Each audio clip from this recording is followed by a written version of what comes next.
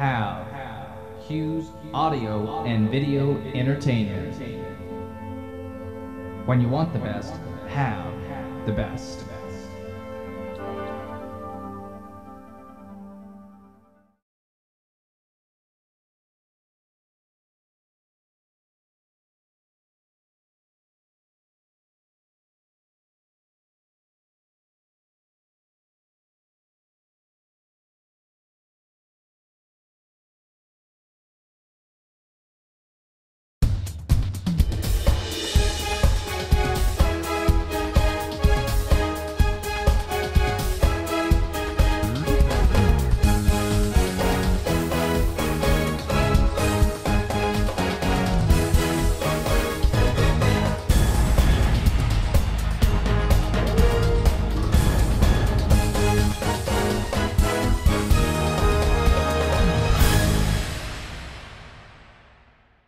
Funchal, Madeira.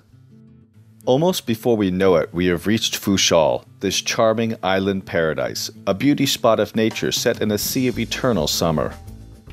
Hardly has the vessel come to anchor in front of Funchal, the principal town of the group of islands, than we are surrounded by a fleet of little boats carrying boys and young men with no article of clothing but a flimsy cloth around their loins.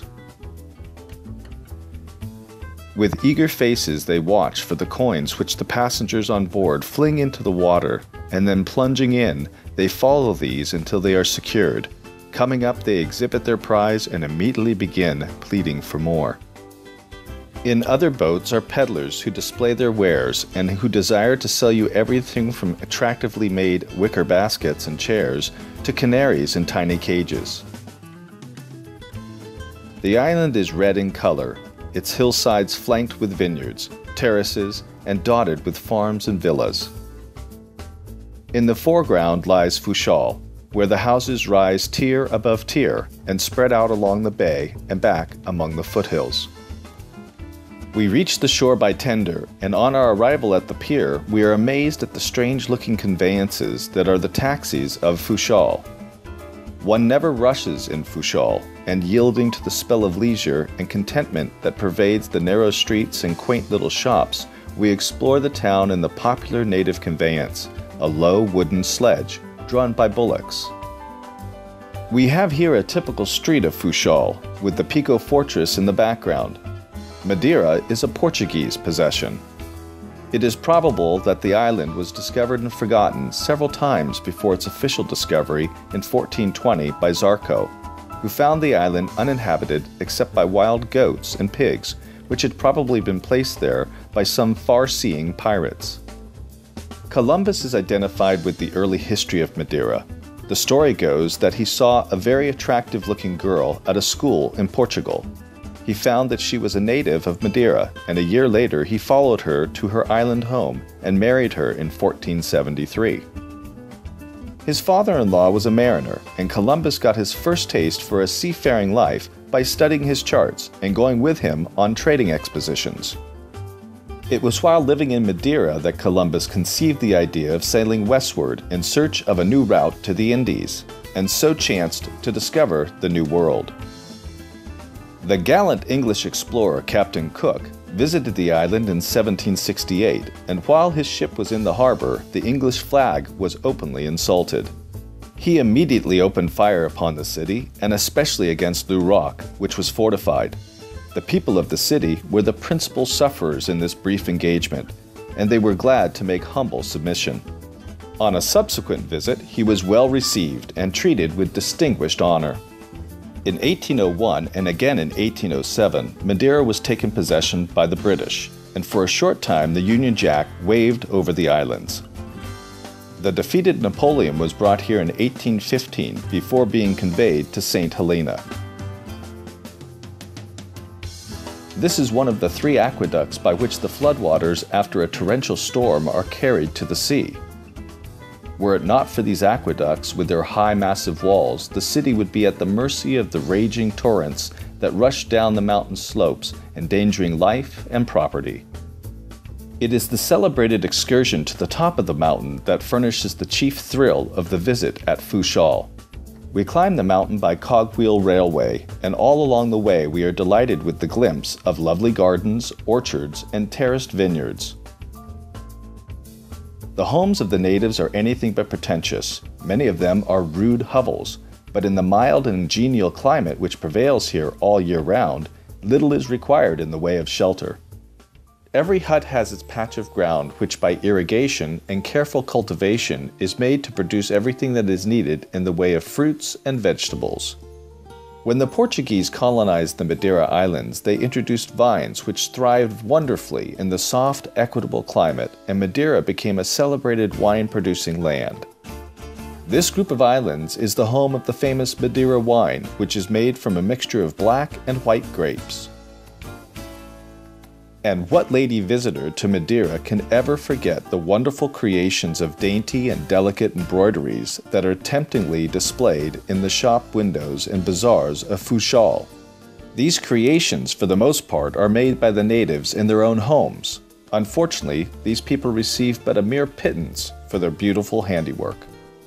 I wonder if these people find a sort of compensation for their hard lot in the natural beauty of their surroundings. For Madeira, no matter when you visit it, is a riot of bloom. Some houses are fairly hidden under the purple bougainvillea which flourishes here in all its glory. Pergolias and festoons of orange trumpet flowers, camellias waxy and white, scarlet poinsettias, deep red hibiscus, roses of all kinds, heliotrope, honeysuckle, fuchsias, they riot everywhere. Geraniums grow to a height of 20 feet in a few months. No wonder Madeira is called the Flower Garden of the Atlantic. This was the residence of the late Emperor Charles of Hungary, who, on losing his throne as an aftermath of the World War, was banished to Madeira, where he lived in exile with his family. He and his charming family were very popular with the people. It was here that he died of pneumonia in March 1922. This Funchal flower vendor is carried away in snapshot pictures by thousands of visitors every year. I doubt if she ever disposes of any of her flowers, but day after day she poses for innumerable pictures, and if rumor be true, she receives in tips 100-fold more than she could ever earn as a flower vendor.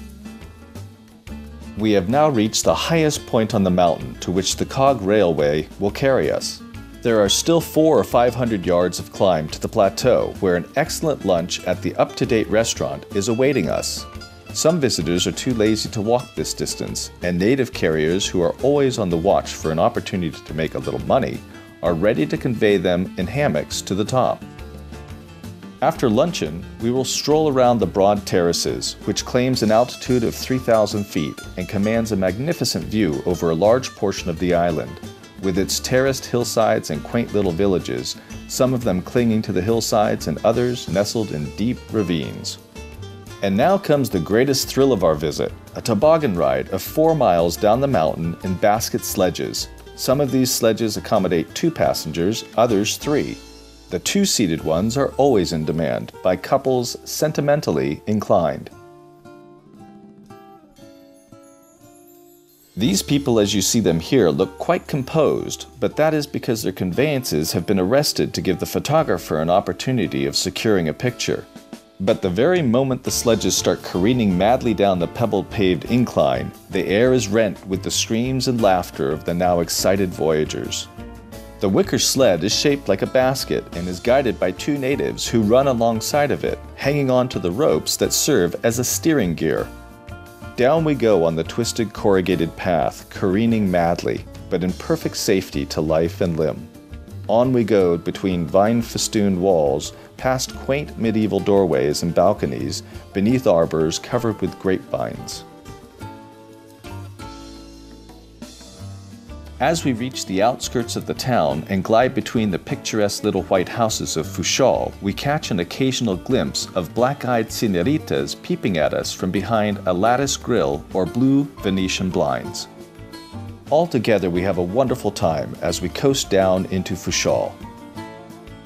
I wish we could spend more time in this Isle of Enchantment.